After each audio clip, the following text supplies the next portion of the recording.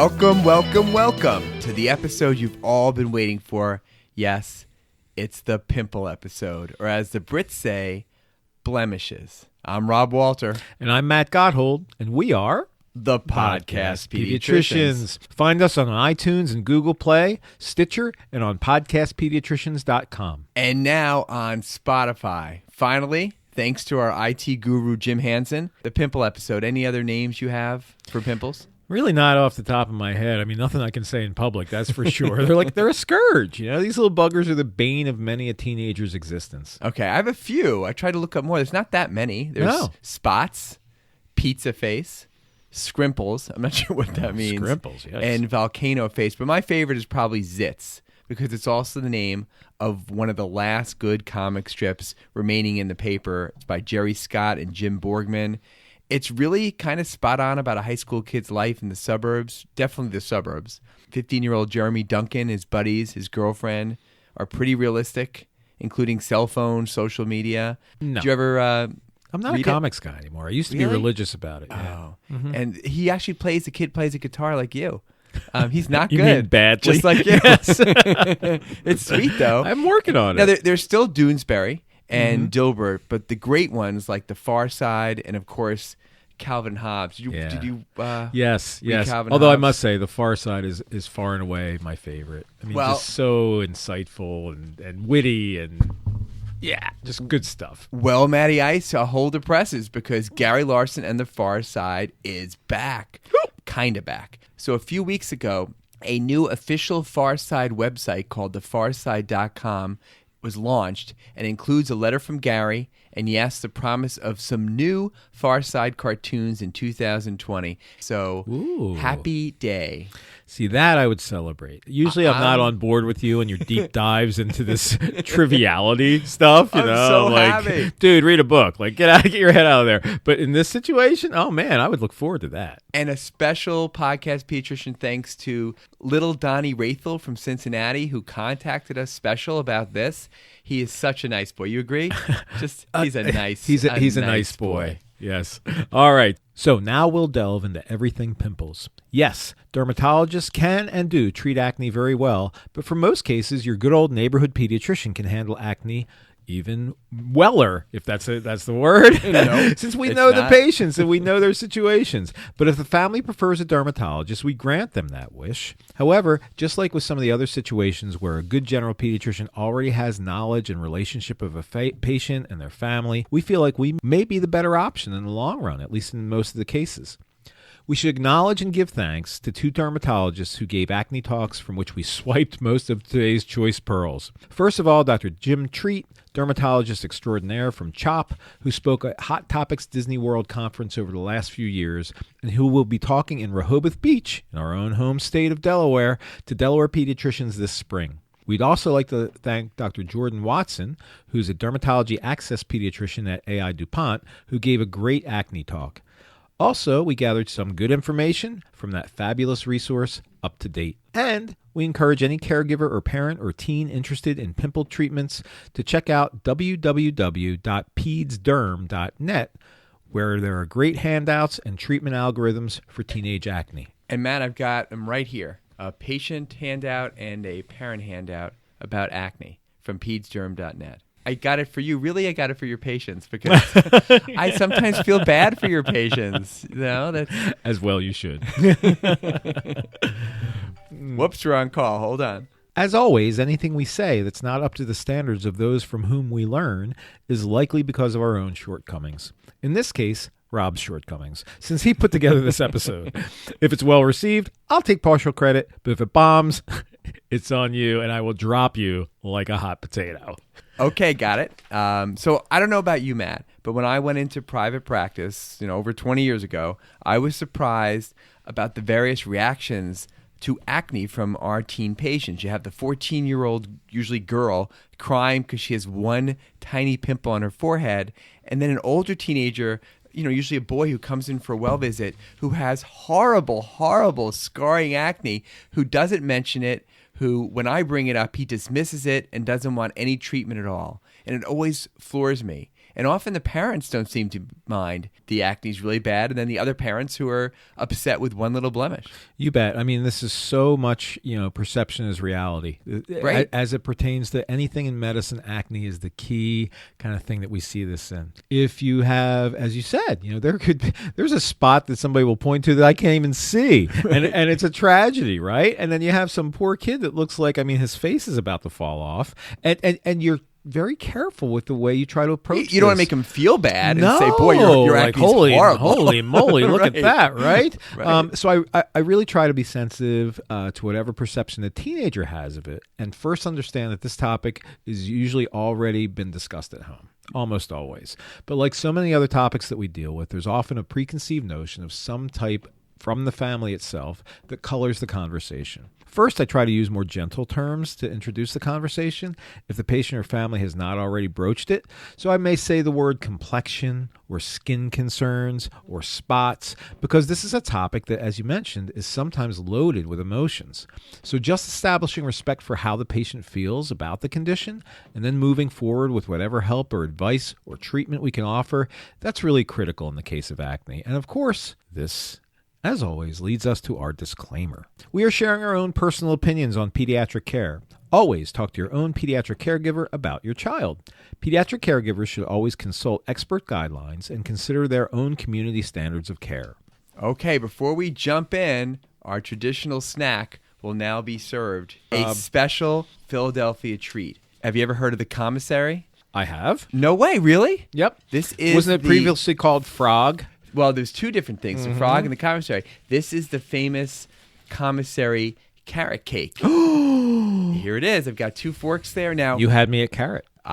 You like carrot cake? It's a personal favorite, although it's laden with all kinds of ungood things for you. Okay. Well, this one actually is special. It doesn't have coconut in it, so a lot of people like the ones that don't have it. So there was the old Frog restaurant, and then a couple years later in the 1970s, they opened up the commissary cafeteria on the first floor of the restaurant upstairs. But a man named Stephen Poses started these 2 Philly restaurants, and it really started the Philadelphia restaurant revolution that led to Stephen Starr, that led to Zahav, which was voted the greatest restaurant in the United States this year. Jose Garces, all these great chefs. These were on Rittenhouse Square. The original commissary and Frog closed, and now it's just a catering for weddings and such like that. Take a fork. All right. There's just like a chunk. Always of, up for your cake challenge. Here, okay? Yeah. Big whopping bite of the lovely icing. It doesn't make the carrot cake, but it certainly adds to it, doesn't it? It's really good, man. Really good. A good friend who's a chef. That's awesome. What do you think? I think we should forego the rest of the podcast and finish eating this big hunk of burning love. So good. I was having a discussion with the chef, and I was saying, all right, Philly has great restaurants, but I'm from New York, and the one thing Philly does not have is good bagels. No, they don't.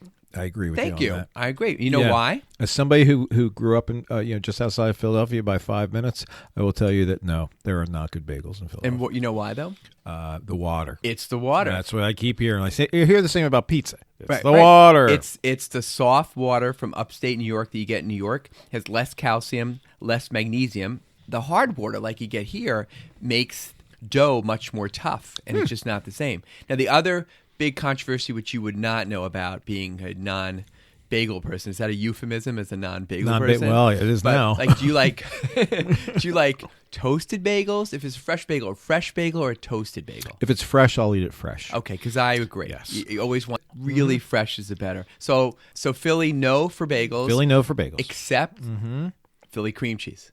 Oh, always. Yeah, well, put is Philly there any cream other cheese cream on. cheese? I know. Come on now. I mean, I think Philadelphia should and be... the Nuckstull or whatever the heck it's called. They is, should be satisfied poor with cream substitute. cheese. Don't mess around with a New York bagel. Well, it is the condiment of bagels.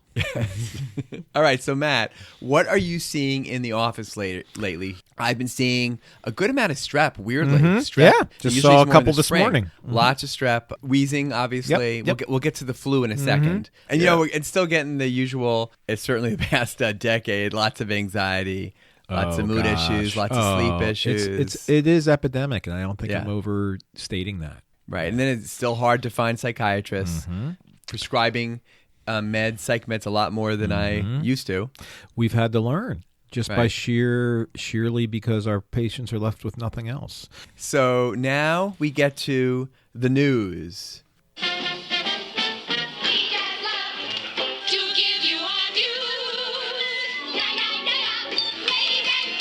Number one, the flu. So flu. it looks like it's going to be another bad flu year. There's already been about 10 million cases so far, and estimates of 4,800 to 10,000 deaths so far. 32 kids have died so far, twice as many as this time last year. Mm-hmm. And the big reason for that is thought to be that the main strain of flu this year is influenza B. Yes. Now, usually 75+% of influenzas each year is A, which tends to be milder. But this year, over half is type B, which gives you more headaches, more muscle aches, especially those calf pains, more abdominal pain, and more severe outcomes, and obviously death.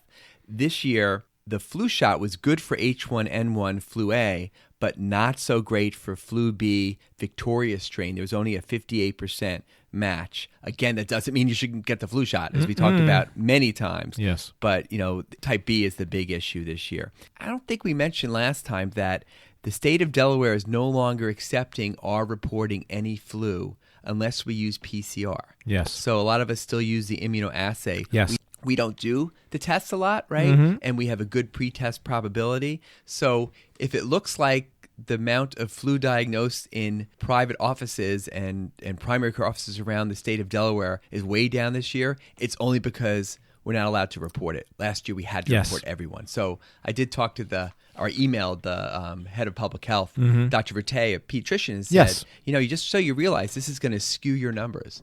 Indeed. Yeah. Indeed. What have you seen much? So I have seen a good amount. I can't say it feels like it's worse than last year at all. How about you? And have you been treating it all? I have been. I've seen flu B and just had my first case of flu A yesterday. So far, the children I've treated, and see if you agree with me on this strategy. We both, I think, have been equally critical of Tamiflu and its overselling in terms of its efficacy, et cetera. And side effects. And side effects. So not overselling the side effects because they're real. But so I had a patient 2 days ago who was a 10-year-old boy who I diagnosed with flu A, and he had a 3-month-old sister. Now, I did not treat him, but I prophylaxed her. And I said to the mom, I don't know if this is going to work, but I feel like it's worth a try because of her age. I don't know if I was following guidelines. I just went on my gut with that one. That's what I want to get into. It's very interesting because the guidelines don't really address that. Some of the original CHOP guidelines you mentioned had a little bit of an asterisk that if someone's under 6 months at home, you might think about treating. Yes. And I guess inferring maybe prophylaxis. I recently had a patient who went to the ER at Nemours who was, I think, 4. Using their guidelines similar to CHOP, they didn't want to test him. But there was an 8-month-old at home. Yes. And there was a grandmother at home. Yes. And they just said, nope, you don't meet their criteria. You're over 2 years old. You're not high risk. So that's where I will test. I know. Because knowledge is power, right? Right. And they don't, there's a gray area. Yes. I mean, you can't just practice medicine on these strict No. areas. An 8-month-old at home, a grandma. That's essential history. That's essential environmental history. And so I just had somebody into the office today, and it's very likely that they had flu. But after I went through the whole rigmarole but we generally don't even test it, and this is kind of according to CHOP's guidelines. You kind of like to throw CHOP in there to kind of like legitimize yourself. And Nemours right? is a similar guideline because every medical aid unit in the country is going to treat this, right?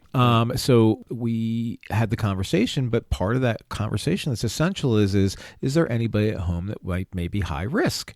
Right. Is there a baby? Is there an immunocompromised older person? Is there just an older person? Because we may still not want to treat your child, but at least it gives you the knowledge that this is in your household, right? Right. And I had last week, and you probably wouldn't have had a problem with this, but a family came in. They were going in 3 days to this big family reunion at Disney World. And it was a 4-year-old who was pretty sick, and they had a baby and all the people were going, I said, you know what? I want to do the test on you. Right. We'll figure out if we want to treat you, but also I would consider prophylaxing. Yes. Okay, going there. You can be on this plane. The dad said they have non-refundable tickets. I mean, Right. I know for you, It's Disney World would be like, circumstantial. just don't go. So, and I But I recognize the family unit. I tested him. He was negative. Yes. Okay, but still, I thought there was a reason to do it. The other thing is, have you tried the Zofluza yet at all? The other medication? The one dose? Yes. I have not, although I had a patient come in, a college-age kid, say, yeah, I had flu and they gave me a pill. Yeah. Like one pill, and so I must have been that. How Yeah. about you?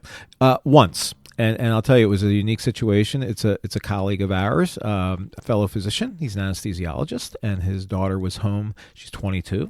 She's aging out of my practice. But she came in. She had 2 days of really miserable illness.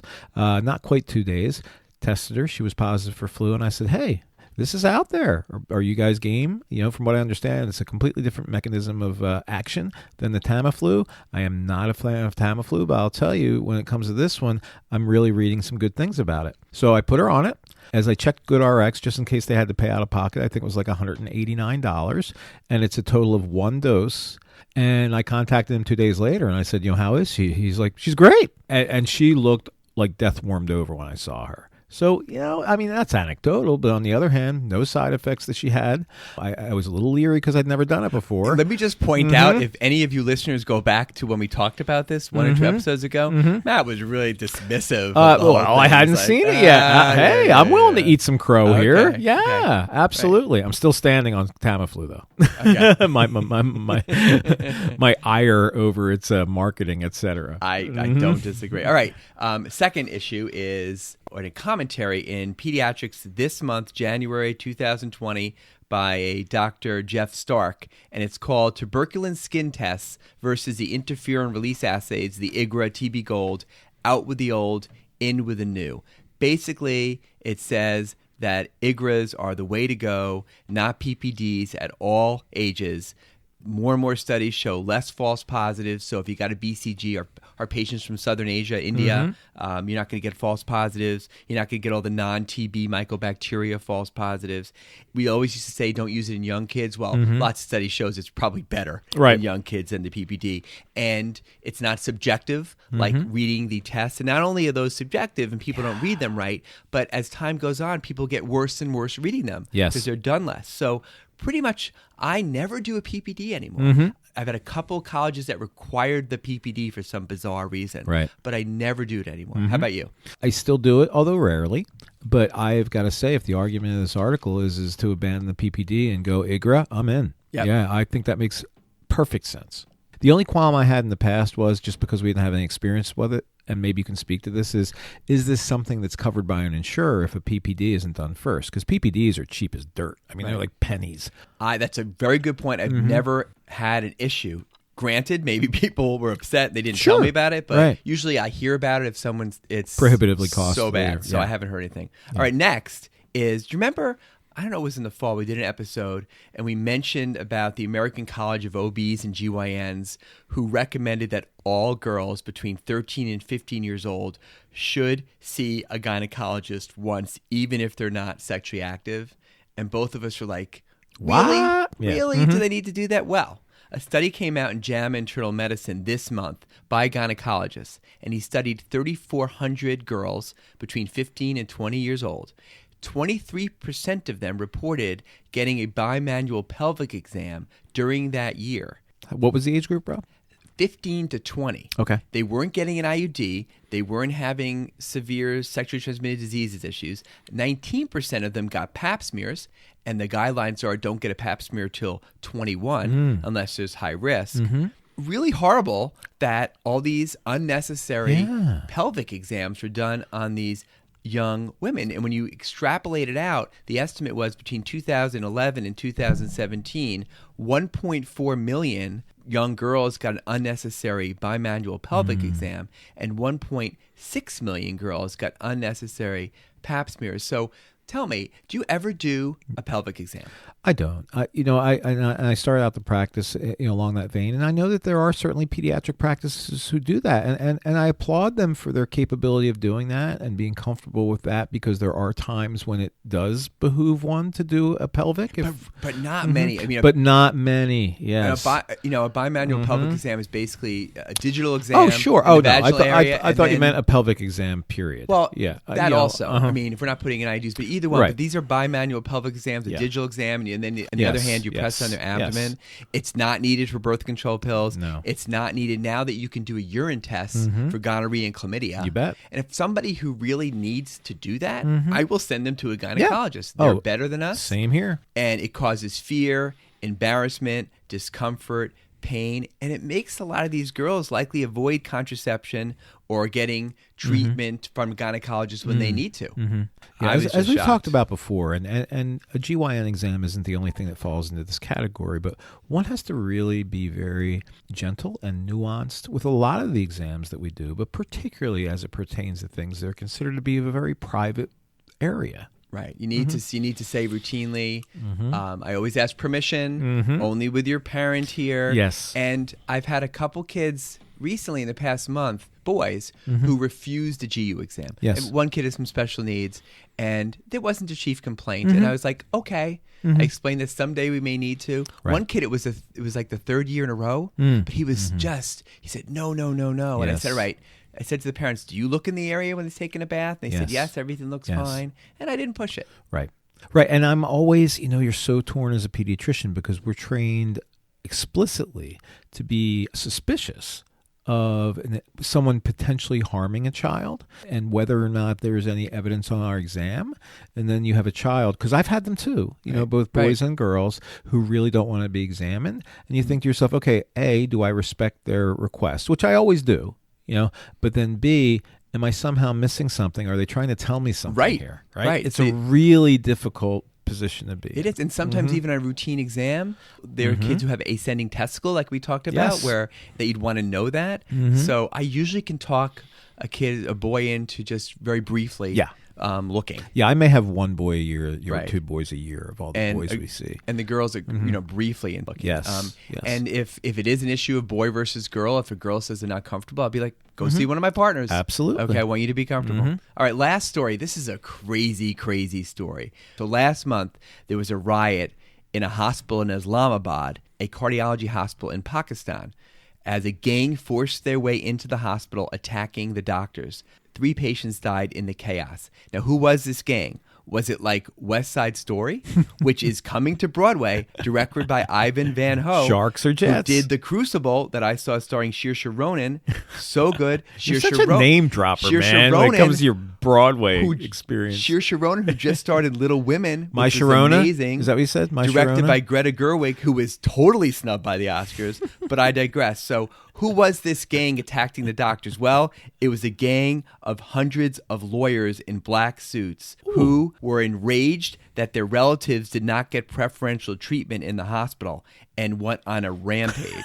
So basically, hey guys, let's go beat up some cardiologists. They were rioting because they didn't get professional courtesy. Oh. In one video, one lawyer yelled that today we will insert stents inside the doctors.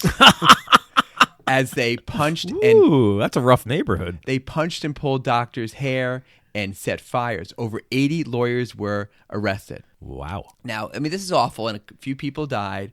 It did make me think, like, well, if this happened here, crazy. I think we could take the lawyers. Oh, Don't yeah. you think so? For the most part, I mean, there are some sturdy ones. Yeah, but overall, I think the doctors. Yeah. I think the doctors can. I don't know. Real estate attorneys look to me to be in pretty good shape because it's pretty cut and dry. We won't let the real estate. We won't let them in the fray. But don't talk to me about that. They should just make that all online. We don't need real estate attorneys to do all that paperwork. I'll tell you what. Sorry. A couple times I've dealt with that. It was like, is there an easier thing to do in the world than watch somebody sign papers? We probably have patients who are real estate attorneys, so I we apologize for that. We may miss other things you do. I'm not denigrating your education. I'm just saying that it doesn't look very challenging. You know who we couldn't probably beat? I figure we couldn't beat a gang of dentists. I think the dentists would crush us. Oh, you know what? Yes. Oral surgeons. You know why? Why? Man, there's some strong buggers, man. They Yes. have to pull those I teeth guess out so. and all that kind I of guess stuff. So. And also an Nice. army of psychologists. They'd probably they'd use their psychological warfare. They make us have poor self-esteem, and we just cry. It does bring to the question of professional courtesy. So, do you offer professional courtesy in your office anymore? It's interesting. Back in the day when I first went into practice, absolutely, I offered professional courtesy, not just to, and I remember I was building my practice.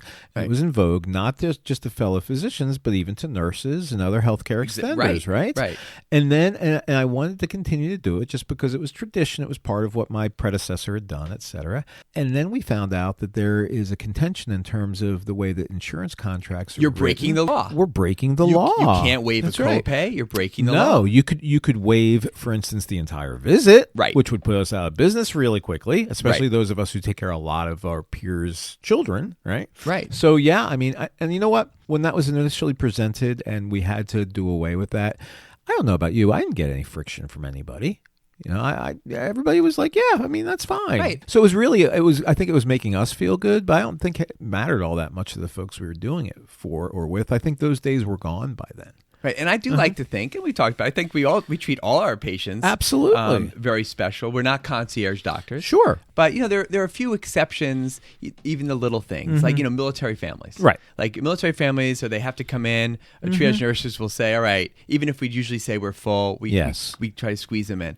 Doctors and nurses families, not like we're trying to give preferential treatment, Right. But it does work both ways. If I have an emergency, I will call them up or cell phone and say, "Can you get this kid in?" Right. And when they call about their own kids, we're like, Oh, sure. I'll But work over lunch. But that's not financial occasionally. so much. No. That's more a matter of, hey, listen, we understand the way our days work, and this is something that we're hoping that we can facilitate for you, just because we're able to, right? Right. And a brief shout out to our sponsors. So we wanted to mention once again Campus Quilt Company. They are absolutely fantastic at creating a very unique and very enjoyable. They're works of art, really. They take old T-shirts, old jerseys, etc., and put them together and create just a beautiful keepsake for your family. I just made baby blankets for my new nephew. They're awesome. Nice. They were great. Fantastic. How do we get them? So we get them through campusquilt.com to order those, or you can call 502-968-2850. Call them with any questions and mention us.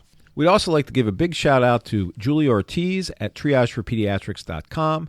They are our after hours saviors. Rob and I can vouch for all of my partners as well, are so thankful for their services. They take impeccable care of our patients when we're not available And we do get so. to sleep. Yes, we do get to sleep. Woo woo!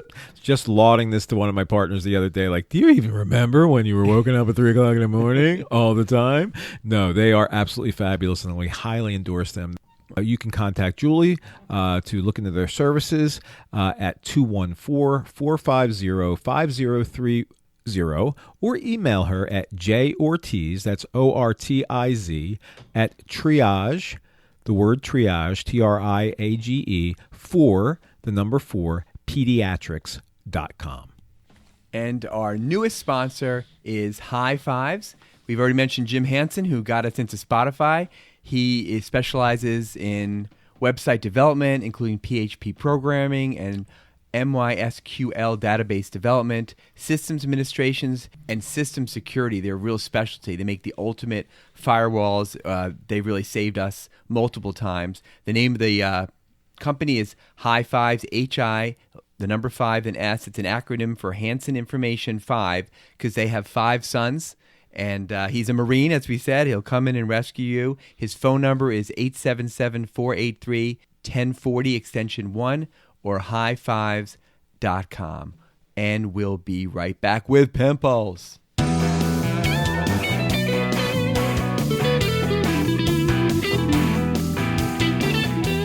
We are back. So, acne vulgaris affects 35 to 90% of teenagers.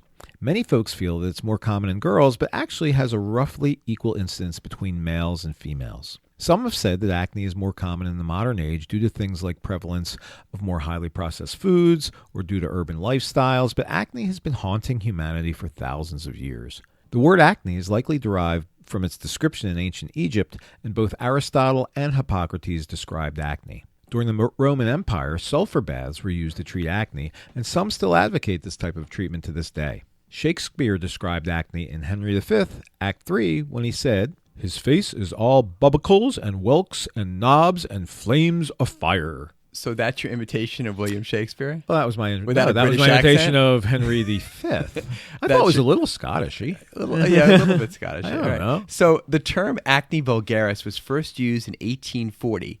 Vulgaris means common, although the vulgar part certainly fits for some teens who are very, very distressed by acne. So Matt, can you name any famous pimple-related movie scenes or book scenes or anything? I'm going to beg out on So this one, man. I This thought is of that. just too. This is too gruesome. I could for only me. come up with one, but it's in one of my favorite movies of all time, Animal House. That itself is kind of embarrassing, I know. So remember the Bluto scene in the cafeteria with John Belushi. With John Belushi when he sits down and with all this food. And the sorority girl calls him a pig pig. Yes. And then he puts an entire cream puff in his mouth and says, "Guess what I am now?" And then he slaps his cheeks. Yes. And the cream spurts all over everybody, including the girl. And he's like, "I'm a zit." Get it? And then there's a food fight. But also, I have to say that in more recent times, in the movie Lady Bird by Greta Gerwig, the star is Fanboy. Saoirse Ronan. Fanboy. And she does not hide her acne with makeup at all. And it was kind of refreshing. But I digress. As usual. So we will start discussing acne from its presentation in the youngest of patients, which we touched on a bit in our baby heads and cradle cap episodes. Neonatal acne can be seen very early in life, generally beginning somewhere in the 3rd to 6th week, and generally taking up to 2 months, and generally lasting up to 2-month-old time period from birth to 6 weeks. Neonatal acne can be seen very early in life, generally beginning somewhere in the 3rd to 6th week, and generally lasting up to the 2-month-old time period. It may be due to the presence of Malassezia yeast. With neonatal acne, there are no comedones, which is the medical term for whiteheads and blackheads, which we will discuss momentarily. So it's really not acne. No, it's baby stuff. Yes. Yeah. Instead, they're just red papules, bumps, and sometimes pustules, which Rob just alluded to with Bluto. Usually, we as pediatricians suggest simply leaving the skin alone, although some pediatricians may recommend treating severe cases with a topical ketoconazole, which is an antifungal, anti-yeast type of medicine. There's some overlap here with a condition called neonatal cephalic pustulosis, but this condition is not caused by stimulation of sebaceous glands like typical acne is, so it's not really acne. This finding is usually treated with simple mild soap and water, but again, if it's significant, then 2% ketoconazole topical or even 1% hydrocortisone can be used, just as we mentioned for the treatment of cradle cap.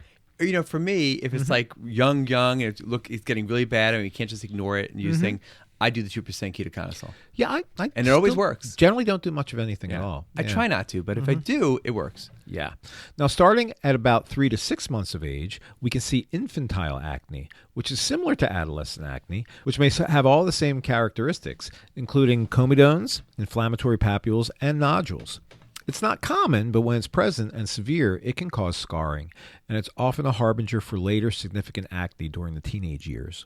Babies with infantile acne usually do not require any kind of workup for hormonal problems unless there's excessive growth, or if they're showing signs of early puberty like testicular enlargement or clitoromegaly. The treatment for these infants, if necessary, is similar to that used with acne in teenagers and can include topical retinoids, maybe benzoyl peroxide, and rarely antibiotics. Infantile acne can last up to 6 to 12 months. So this infantile acne is in contrast to mid-childhood acne, which can start anywhere from 1 to 7 years of age and which can also look just like teen acne. However, 1 to 7 years old is not the ages that you should see this type of increased androgen production leading to pimples. So acne in this age group may require a full endocrine hormone investigation to rule out hormonal imbalances, perhaps even caused by hormone-secreting tumors of the adrenal glands and in girls, the ovaries. The workup for this includes FSH, LH, DHEAS, free and total testosterone, 17-hydroxyprogesterone, and a bone age. This scenario is almost always on the pediatric boards. Of course, always ask if you see acne and you're surprised if the child is somehow getting any other kinds of steroids, either by mouth or even steroid creams, which can lead to pimples. Have you seen this specific early childhood acne between 1 and 7, Matt? Not very often, Rob. I've never seen it. Very rarely. I can think of maybe 1 or 2 cases. Right. And then you work them up, but it's rare. But you got to keep a lookout for it. Now, treatment for this mid-childhood acne, after you work up, making sure nothing else is going on, it's the same as teenagers. It's regular pimples. Although some medications, like the oral tetracyclines and Accutane, would not be used at such a young age. Remember, we can give the tetracyclines to younger people now, but only for a few weeks. So you wouldn't give months of it to a young person. All right, so let's turn to our main topic, typical teen and young adult acne. So, what is acne? Well, it's the obstruction of the pilosebaceous unit, which is the structure of a hair follicle plus a sebaceous gland. This whole unit is called a comedo, and the plural is comedones. This structure is open to the outside environment as skin pores. The sebaceous glands produce an oily substance called sebum when they are stimulated by androgens, which are hormones which naturally increase during puberty. In women, androgens can also be increased in a condition previously called polycystic ovary syndrome, which is now known as metabolic reproductive syndrome. This condition presents with menstrual irregularities and hirsutism, which is increased hairiness, as well as increased weight gain, and it warrants hormone testing. As we mentioned in our last episode, sebum is the oily substance that you feel on your face when you wake up in the morning. It serves to keep the skin moisturized and waterproof. The sebaceous glands are more numerous in the face, back, chest, and shoulders than in other parts of the body, and this is why these areas are the most affected by acne. The oily sebum mixes with desquamated skin cells and bacteria to form a closed comedone, or a whitehead. As a comedone increases in size, it opens through the skin pore, and an open comedone, or blackhead, forms. The dark part of these blackheads, these lesions, is not dirt. It's a combination of melanin and oxidized lipids. In the early stage of acne, blackheads and whiteheads are not very inflammatory, so not very angry looking. Right, and that's when you want to get at them, right? These early before it gets inflamed. Now, these skin bacteria that become part of these comedones that lead to full pimples is called Cutibacterium acnes. Now, it used to be called Propionibacterium acnes, and before that it was called Prince. It's an anaerobic diphtheroid type of bacteria and part of the normal skin flora. And this Cutibacterium acne just loves to eat oily sebum. It's like French fries to them. They find it delicious, and as these bacteria eat up on this oily sebum, they release chemicals that attract white cells, neutrophils. These chemicals are called chemotactic factors, and these neutrophils are the white blood cells that are the armed forces of our immune system. They then release inflammatory enzymes that result in papules and pustules. But going back for a second, because this surprised me, did you know there was a name change? I did not. These gross bacteria changed their name from Proprioni to Cutie in 2016. No, this was news to me, Rob. Once again, it's an epiphany for me every time we research these things. For 35 years, we've called it Proprioni. So why did they change that? You know, they could have called it P. Diddy for all I know. Because they can. How about Meta World Peace? Nice. And why would you take a bacteria that causes pustules, pimples, why would you call it Cutie? The irony of the irony. Anyway, in severe cases, the inflammation causing pimples becomes very deep-seated, and you get inflammatory nodules that can grow to up to half a centimeter and sometimes even over a full centimeter in size. If this occurs, it's sometimes called cystic acne, that worst acne that we see, although really there are no true cysts involved. There also can be post-inflammatory hyperpigmentation or darkening of the skin, especially in people who already have darker complexions, and it can be dramatic from a cosmetic viewpoint. Most unfortunately, the more severe the acne, the more likely it can cause permanent scarring. These scars are atrophic. They can be of various shapes and sizes. They're sometimes referred to as ice pick scars or rolling scars or boxcar scars. These pitted scars can be really, really tough to treat. Now, these days, lasers are the treatment of choice for this kind of scarring. Sometimes you can also do injectable soft tissue fillers or chemical peels, but really, you could never completely get rid of most deep scarring from acne. So the point of treating acne is ultimately to stop the scarring, prevent the scarring. course, the other reason to treat acne is because people find the lesions unattractive. For teenagers who are already often in a fragile state when it comes to their self-confidence and psyche in general, the perception that their acne makes them look ugly can lead to social isolation and decreased job opportunities. In other cases, it can lead to all sorts of mental anguish, depression, and even to suicide. It's really, really heartbreaking. So all of us have these sebaceous glands and these bacteria, and everyone makes more androgens during puberty. But in some people, there are other factors at play. Genetics play a role, and severe acne can run in families. This doesn't mean that if your parents had severe acne that you necessarily will, but when we approach treating acne, it's worth asking if there's a family history of severe acne. Now that Accutane has been around for a while, if a parent had been treated with Accutane, this is helpful information. Knowing if a patient's parents or siblings had severe acne might make us a little bit more aggressive with treatment or with a faster referral to dermatology.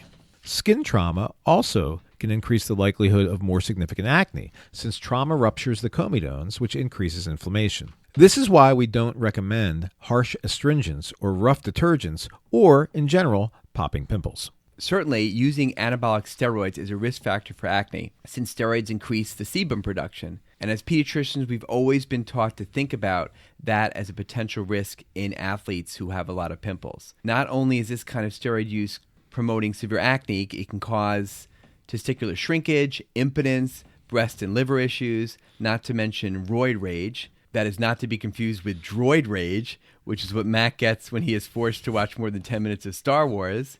And I did not write that. I did.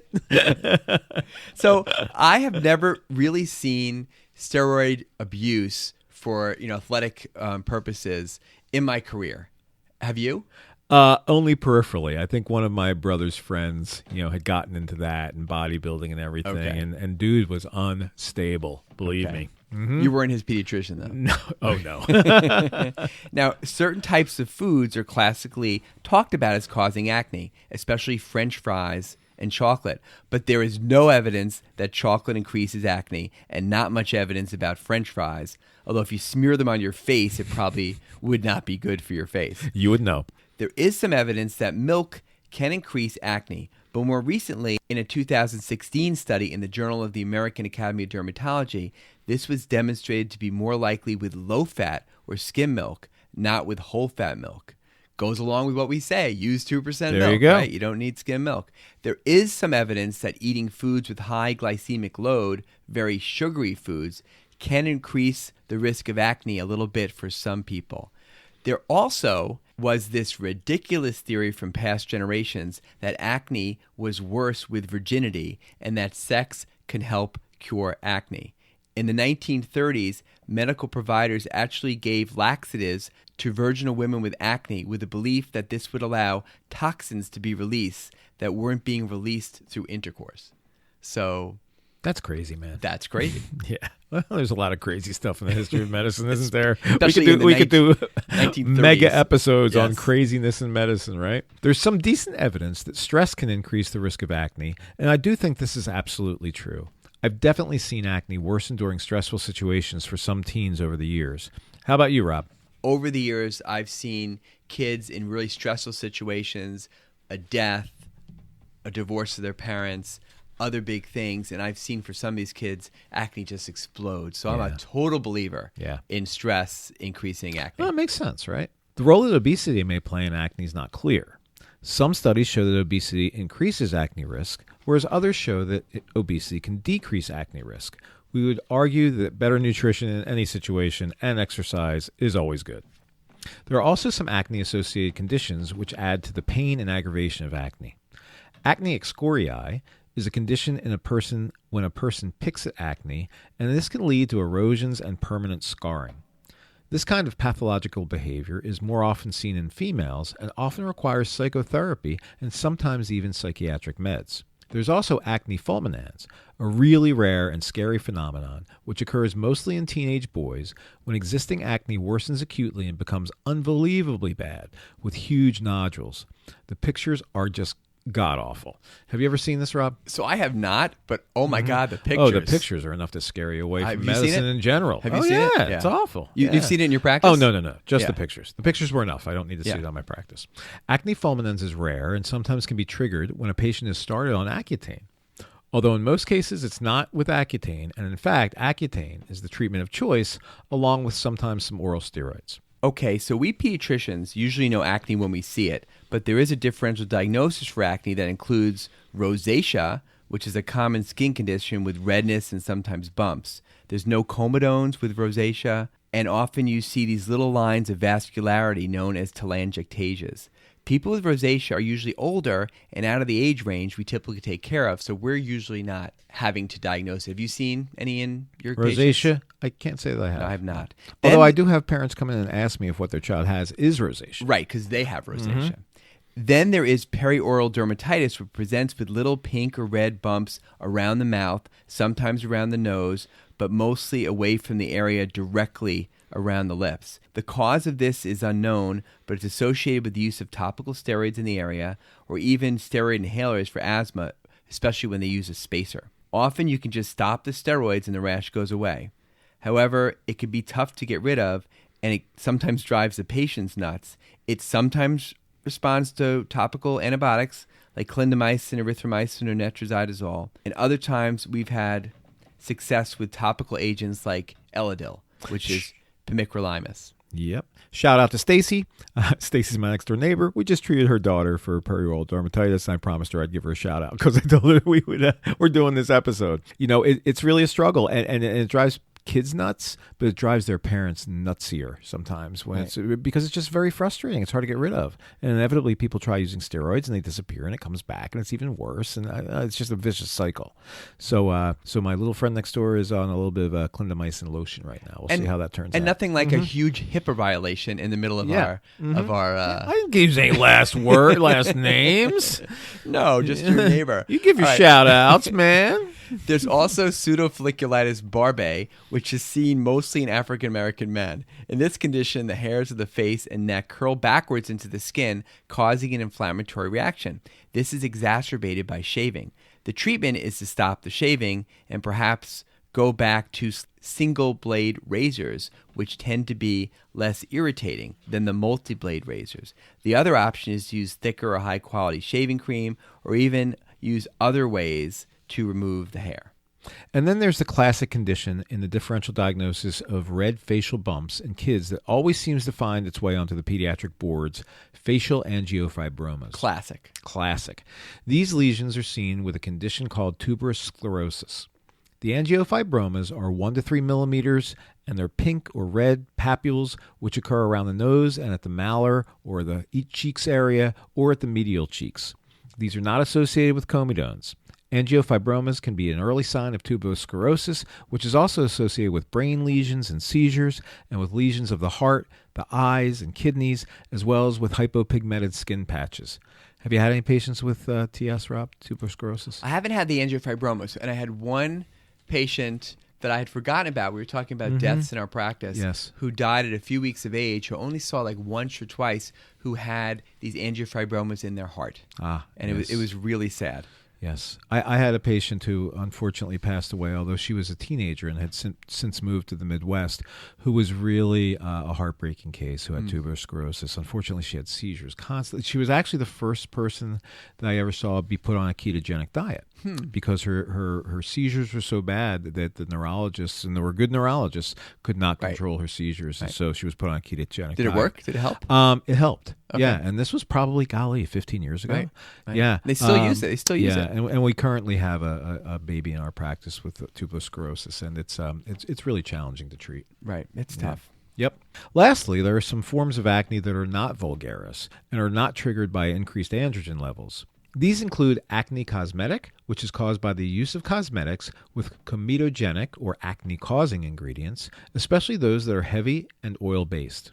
We don't see this that much anymore since most cosmetics these days are non-comedogenic, since consumers have become much more savvy in looking for products that don't increase the likelihood of pimples. There's also a condition called acne mechanica, which is a type of acne triggered by items being worn, such as turtlenecks, shoulder pads, bra straps, and sports helmets, especially chin straps. These items irritate the sebaceous follicles, leading to comedones and pimples. When I played football my freshman year of high school, I was always battling some pretty lousy acne. Always got to pick up you always got to mention that football career you had, right? When I played football. Back in the day. And the chin strap and the helmet made this infinitely worse at my chin and my forehead. Did you get anything like that when you were playing freshman tiddlywinks, Rob? Or at D&D sessions? Was that really risky for your complexion? Roberto. Okay, 8th grade tennis was the pinnacle of my formal school sports career, and yes, I did play D&D once in medical school. I knew it. I did.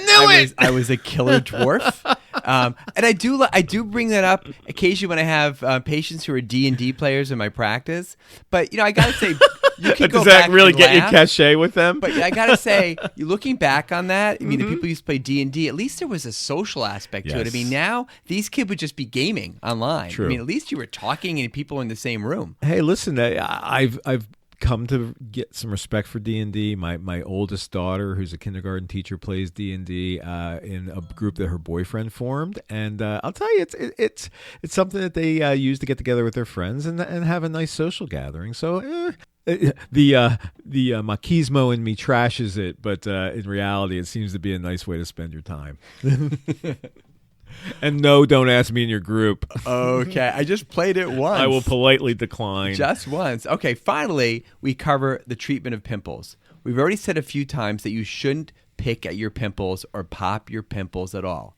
But in preparing this episode, I went down the wormhole looking at videos of Dr. Sandra Lee, otherwise known as the Pimple Popper. Have you seen any of these videos, Matt? Just the thought of seeing them makes me. There's so many. I don't need to see that. I know what it looks like. There's even a TV show called The Pimple Popper. Oh golly! I saw one video. Look what our society's become. I know. As I was looking at them, I saw one video. It was like a sea of blackheads. Some part of the skin, lots of blackheads, and they were individually. They would put a needle in each blackhead, and they would squeeze, and one by one, squiggles of white cheesy stuff would come up like cake icing from a pastry bag. I can never unsee that again. I want you to see it also. I'm not going to be able to unhear it now. That's disgusting. I remember years ago, I had a mom who insisted on popping his son's pimples even when he asked her to stop. In my office, he said, "Mom, stop doing it." And she's like, "No." Oh, she man. would not. Yikes. So we know that we shouldn't pick or pop our pimples. So what else can you do? 100 years ago, young women used to wear black velvet patches to cover their blemishes. These came in a variety of festive shapes.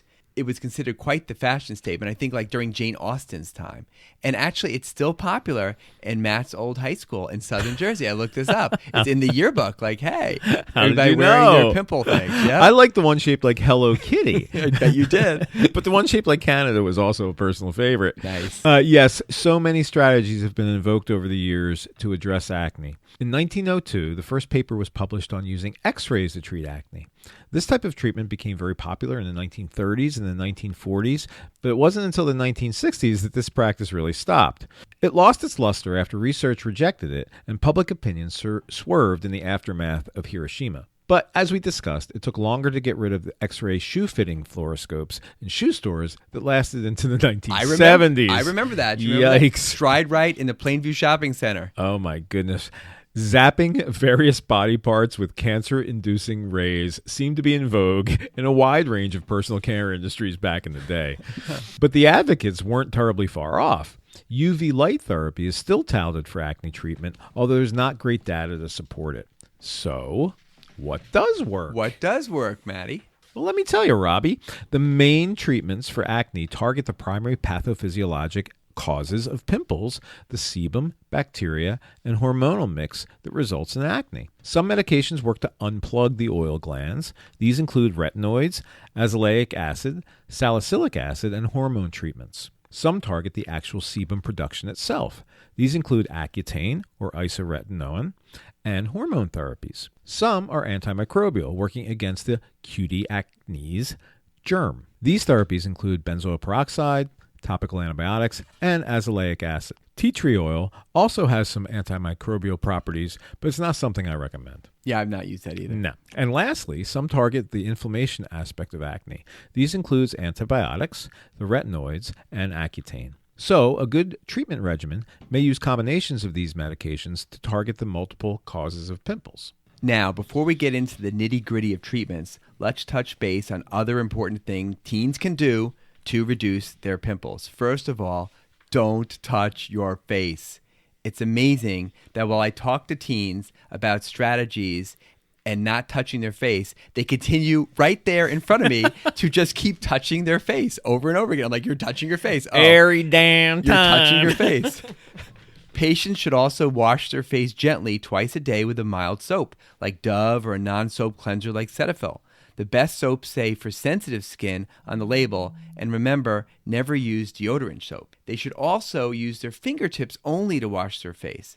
It's especially important for them to wash their face after they've been sweating, like after sports. And I recommend that they keep a gentle soap in their gym bag. And as soon as possible after a game or practice, they gently wash their face. They should never use washcloths ever to wash their face, or loofahs, or sea urchins, or the family hamster, or anything like that. Exfoliants should never be used for acne. These substances just irritate the skin and increase the risk for worsening acne. So, Rob, I don't know if I ever told you this one, but I mentioned that I had some pretty crummy acne when I was a teenager, and I thought that the best way to eradicate my face of this scourge would be to scrub it away. And so I figured, hey, listen, maybe nobody's ever thought of this before. I'm going to take the harshest possible soap I can find and a hard toothbrush, not even a soft toothbrush, but a hard toothbrush, and scrub every square centimeter of my face. And so I did, and like, you know how like when you traumatize something, it actually feels better briefly? I was like, yeah, now I'm done. I'll never have acne again. And that was the worst ever for like the next week. But I think I've heard of that. It's called the South Jersey acne scrub or something. I think it's unfortunately, it's still to this day. It was not marketable. Quite popular. Yes. So the point here is that people should avoid overwashing and or overscrubbing and protect the acid mantle of the skin. As we will discuss, many of the topical acne medications can dry the skin, and some of these teens already have dry skin. Parents should know, and patients as well, that they can still moisturize their skin, especially after they wash off their nighttime topical medication in the morning. They can even put moisturizer on over the acne medication after it dries. The moisturizer should be non-comedogenic, fragrance-free, and oil-free. Cetaphil and CeraVe both make pretty nice moisturizers, I think, Rob. I agree. They should also change their pillowcases once or twice a week, especially if they use other types of hair products. And as far as treatment goes, most teens have already tried something over the counter before they come to us. I recommend that all pediatric caregivers check out the skincare aisles at your local drugstore. The over-the-counter treatments usually have some combination of benzoyl peroxide and/or salicylic acid. More recently, some vitamin A derivative retinoids are over-the-counter, such as adapalene or differin. And remember, topical retinoids are the mainstay of almost every acne treatment regimen. They prevent new pimples, and they do not affect any benefit from any other treatments that you're also using. So now we will cover all the nuts and bolts details of acne treatments, from those lauded by beautiful TV commercial models with nary a blemish, like Proactive, to the prescription medications used by pediatricians and dermatologists. Go, Maddie. Fooled you. You'll have to wait for part 2 of this topic coming up soon for all the treatment details. It will blow your mind. Say goodnight, Rob. Good night, Rob. Don't you have any respect for yourself? This is absolutely gross. That boy is a P.I.G. pig. See if you can guess what I am now. I'm a zit. Get it?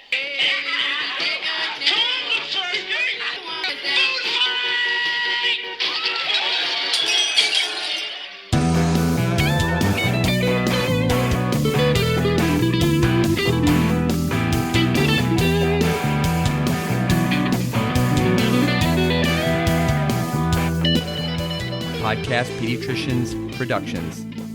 All rights reserved.